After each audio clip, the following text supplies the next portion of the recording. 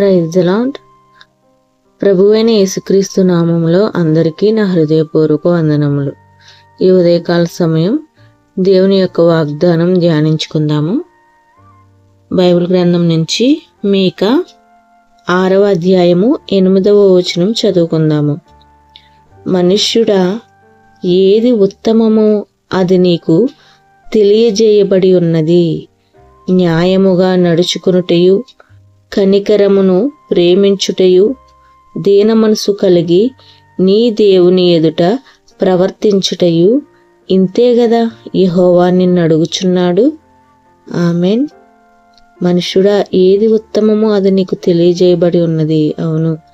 అవునండి, ఏది ఉత్తమమో ఈరోజు మీకు తెలుసు కదా. ప్రేమ, కనికరము, దీన మనసు కలిగి దేవుని ఎదుట మన ప్రవర్తన ఎలా ఉందో చూసుకోవడం, ఇదే ఉత్తమం అండి. ఇదే ఉత్తమమైన మార్గము.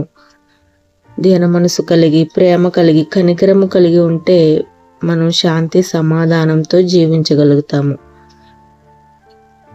అది మనకి ఎంతో ఉత్తమము, మనకెంతో శ్రేయస్కరము, మనకెంతో ఆశీర్వాదకరము. మనలో ప్రేమ లేకపోతే అది ఆశీర్వాదకరంగా ఉండదు. ఈ ధర్మశాస్త్రం అంతయు ఒక్క మాట మీద ఇమిడి ఉన్నదని పౌలు గారు చెప్తారు. నిన్ను వల్ల నీ పొరుగు వారిని ప్రేమించు అన్న ఒక్క మాట మీద ఆధారపడి ఉంది.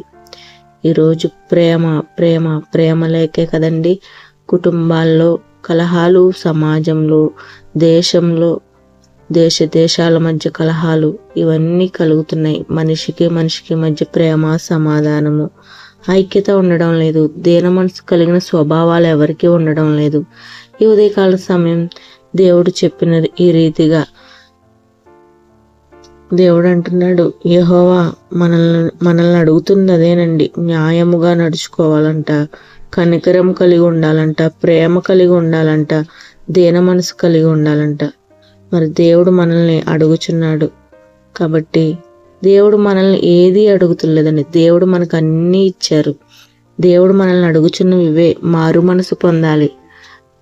మారు మనసు పొంది మనలో ఉన్న హేయమైన క్రియలు విడిచిపెట్టి దేవుని నామ మహిమార్థంగా మనం నడుచుకున్నట్లయితే దేవుడిచ్చి మెండైన ఆశీర్వాదాలు పొందుకుంటాము.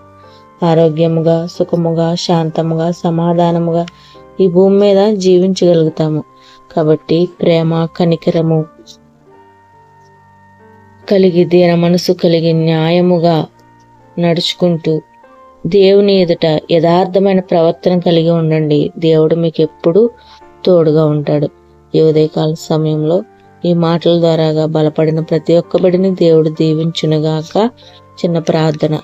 పరలోకమందున్న మా తండ్రి, సర్వసృష్టికర్త యెహోవా మా దేవా, యేసయ్య నామంలో మీ ఘనమైన నామానికి కృతజ్ఞతాస్తుతులు చెల్లించుకుంటున్నాను. ఈ ఉదయకాల సమయం ద్వారాగా నాయన ఈ యొక్క వాగ్దానంతో నాయన మాట్లాడి నన్ను మరి వాగ్దానం విని స్వతంత్రించుకున్న బిడ్డలను కూడా మీరు బలపరిచారని నమ్ముచున్నాం.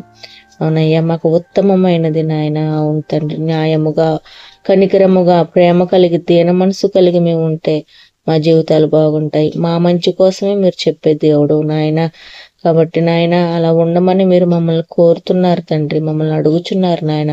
మేము అలా ఉండడానికి మాకు సహాయము దయచేయండి, మారు మనసును దయచేయండి.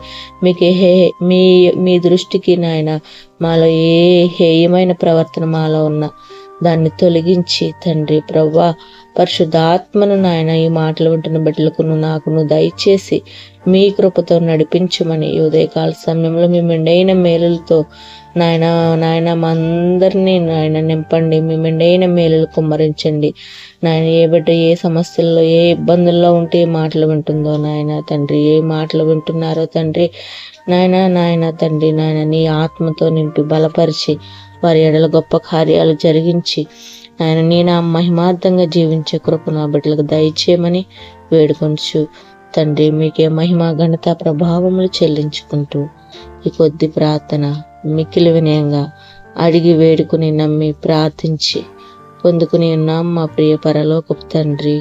Amen, amen, amen. God bless you.